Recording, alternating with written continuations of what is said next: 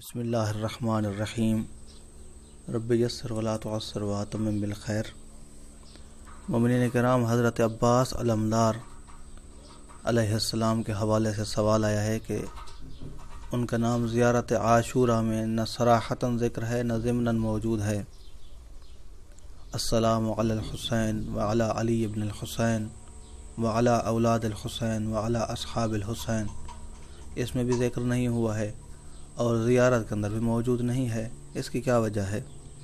تو اس حوالے سے عرض خدمت یہ ہے کہ حضرت عباس علمدار علیہ السلام کا کیونکہ مکان بہت بلند ہے، عزت بہت بلند ہے، ان کی عزت و عظمت کے پیش نظر زیارت عاشورہ کے اندر ان کا ذکر موجود نہیں ہے، تاکہ جب مومنین زیارت عاشورہ پڑھیں تو انہیں احساس ہو کہ حضرت عباس علمدار کی ابھی تک زیارت نہیں کی ہے، اور وہ علیحدہ سے جائیں، مستقل طور پر حضرت عباس علمدار کی زیارت کریں۔ اور اسی طرح سے اہل بیت اطہار علیہم السلام کی جو خواتین ہیں، بیویاں ہیں، ان کے نام بھی موجود نہیں ہیں، ان کی زیارتیں بھی موجود نہیں ہیں، خصوصاً سرکار زینب عالیہ صلوات اللہ وسلامہ علیہ کا نام بھی موجود نہیں ہے۔